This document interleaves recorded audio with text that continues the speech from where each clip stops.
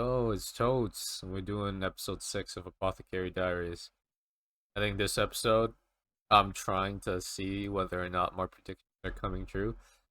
Because in the last episode's discussion, I was talking about, oh my god, this pink-haired concubine, she's scheming something. She's doing something with poison, and she's trying to burn away the evidence. And we got like a couple shots of someone trying to hide their burn scars with like a frilly dress, and I've looked through the episode. The only person with a frilly dress does seem to be the pink-haired concubine. Now it could be a new character, but I'm gonna say it's 60-40%. 40%. It might be the pink-haired concubine, I'd say. And plus, it would very much line up with some of the stuff that he's mentioned in the past. Um, Especially like that one ominous line back in episode 2 where he mentions how, oh, Mao Mao, you can cook poison. Wow, how useful. And then she walks away. It's like, why the fuck would you say that? So either she's scheming something, or maybe this schemer is part of the one of the new concubines that is being introduced, or maybe one of the retainers.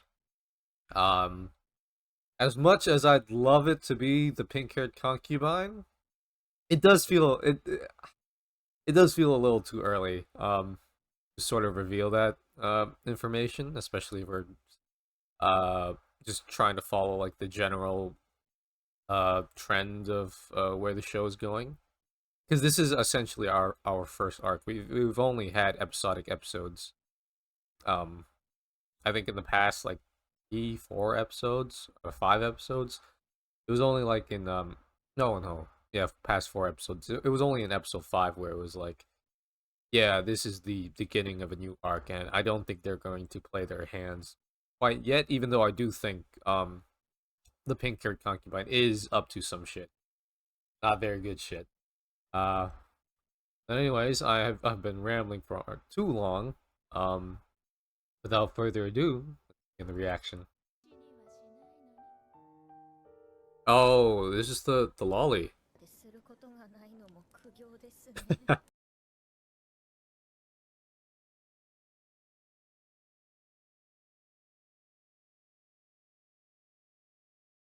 Lady Lihua with the pink-haired concubine's baby, wasn't it?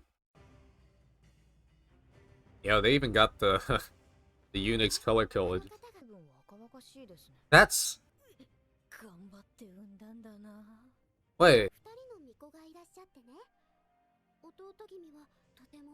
Oh, okay, so that's not Lihua's. That's not Lihua then. Damn. Damn. Ugly. Uggo. Bro. What's with the straight up?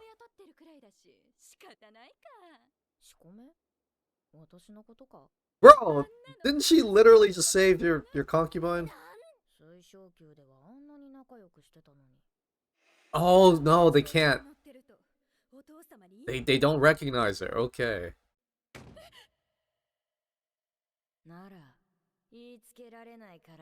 Yeah. Yeah. He's like, I'm not a lesbian. Yo, the shade. Oh. Yes. Tilt your chin up, mama. Oh, how tragic this woman is.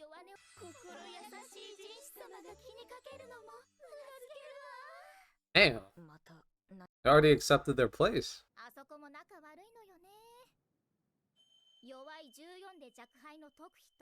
14? Daughter, mother. Yo, what's going on? Oh, that was the...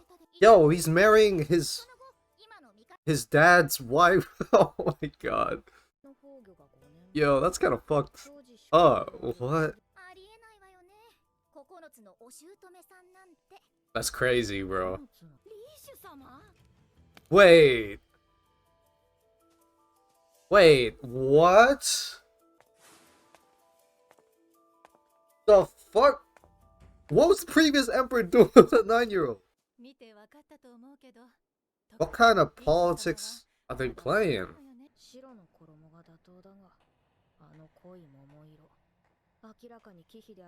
So, yeah, so she's obviously trying to challenge. Maybe she can read the room, but she's trying to challenge pink-haired girl. And who is? I know they explained it earlier in the episode, but I completely missed it, or maybe I misread something. But who is the baby? Damn. Damn.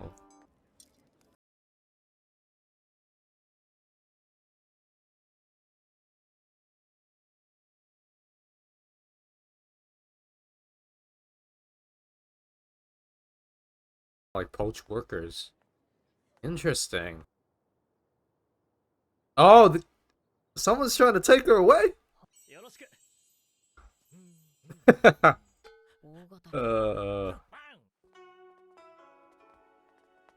Holy oh, another one. Oh, so she's trying to recruit Mao Mao into her posse then. Oh, interesting. Trying to poach her away. I mean, she is like very skilled, and her reputation, I think, precedes her. No clouding on the contact point. Yep, and it's in a silver cup, so it should react well. Numbness? Oh, oh, feel something.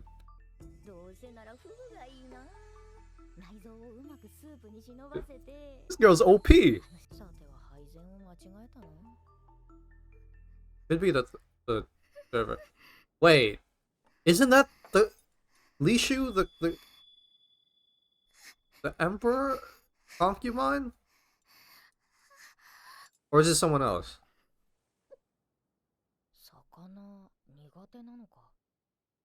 Is this not the lolly? Oh my god, I feel like I'm losing it. Okay, maybe not.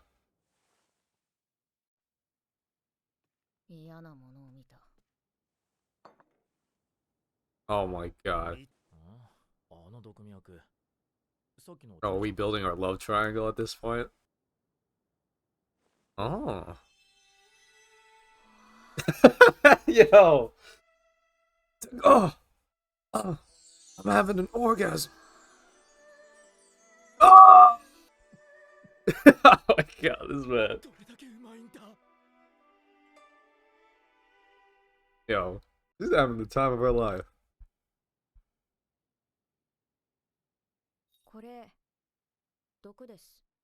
Oh shit. Yeah, because she...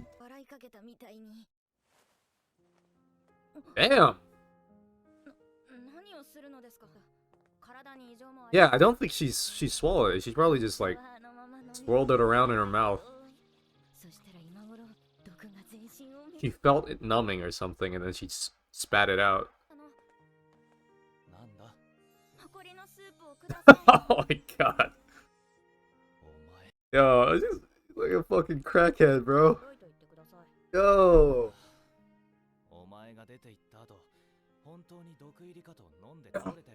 Well, when's the next hit? How old is this man? Slowly falling in love.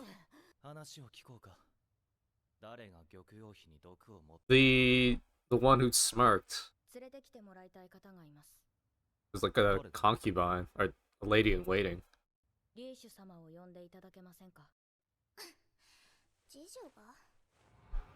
Oh shit! So this was the... Oh, never mind. So it's not the pink-haired. I was like... Okay. I was like, oh, that's a frilly dress! How could I not know this?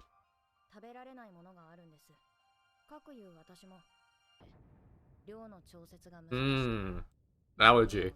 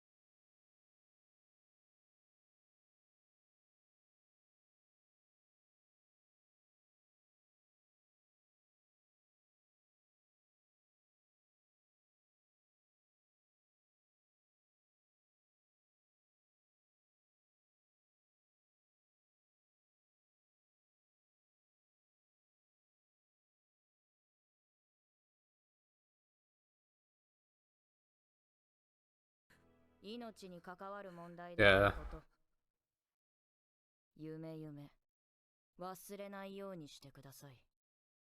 Yeah, nah.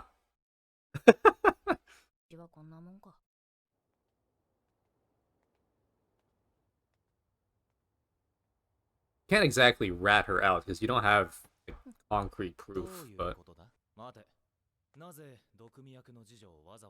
because she saw the bitch smile like fucking madman. I'm saying I don't know who did it. Yep, you don't know. Keep it a secret. Yes.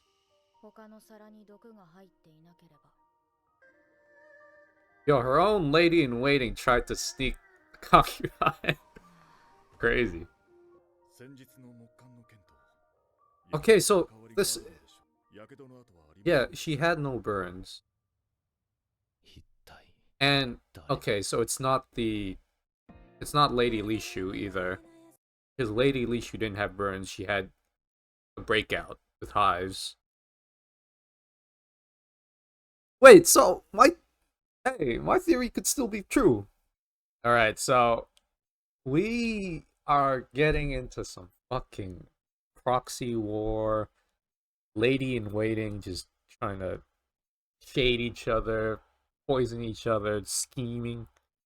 We're getting into like the really nitty gritty like Game of Thrones style shit that this is what I initially assumed the show was going to be, and I'm glad we're getting it.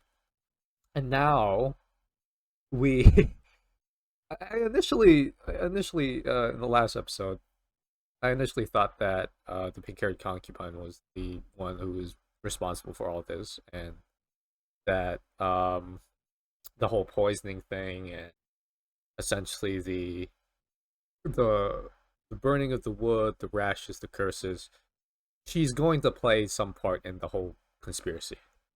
And she has a fairly good motivation to do that since she's one of the four main concubines and she wants to be essentially the king's official queen. She has very much good motivations to do that. But this episode, I feel like it does put into question some of the things that I've sort of predicted last episode. Mainly the fact that he he really doesn't have any reason to sneak Lady Lishu. There's no reason for her to go out of her way to pay Lady Lishu's concubine and lady in waiting, and have the lady in waiting essentially maybe switch the dishes out so to something that she's allergic with, and potentially kill her because of the allergic reaction. There's no reason for that. So I'm guessing. I know the pink-haired concubine is up to some shit, but I don't know. I'm starting to backtrack on whether or not she's responsible for this incident that we're in right now. Because what we understand, especially of this incident, was that Mao Mao, when she was tasting the food and she looked to the side of her, she saw Lady Li Shu's lady in waiting essentially smile. Let me get the exact time frame here, because I may be talking out of my ass, but I could have sworn he was smiling like a fucking villain in a single frame. Okay, so Uh, okay, so the way the garden party is stationed, it's the food tester or the food taster is in the back, the concubine is in the front. Mao Mao, as she's fucking enjoying her food and practically having an orgasm, she's like, oh, yeah, yeah, yeah, yeah. Oh, the poison. Oh, it's so good. Oh. She looks to the side and she sees Lady Lishu essentially hesitating to eat mackerel. And I think we later on in the episode we realize that it's because she's allergic to it and she breaks out in hives.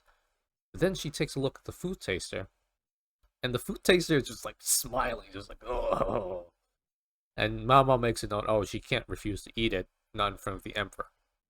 So again, it's she's essentially trying to keep the emperor's honor by not pointing out a flaw in the system that's maybe already in place in the garden party and saying, hey, your garden party's fucked. I got served a shit food that could potentially kill me. This is your fault. And that would look really bad for the emperor, of course. So essentially, because she wants to be with the emperor, she forces herself to essentially eat the fish, even though she's very allergic to it.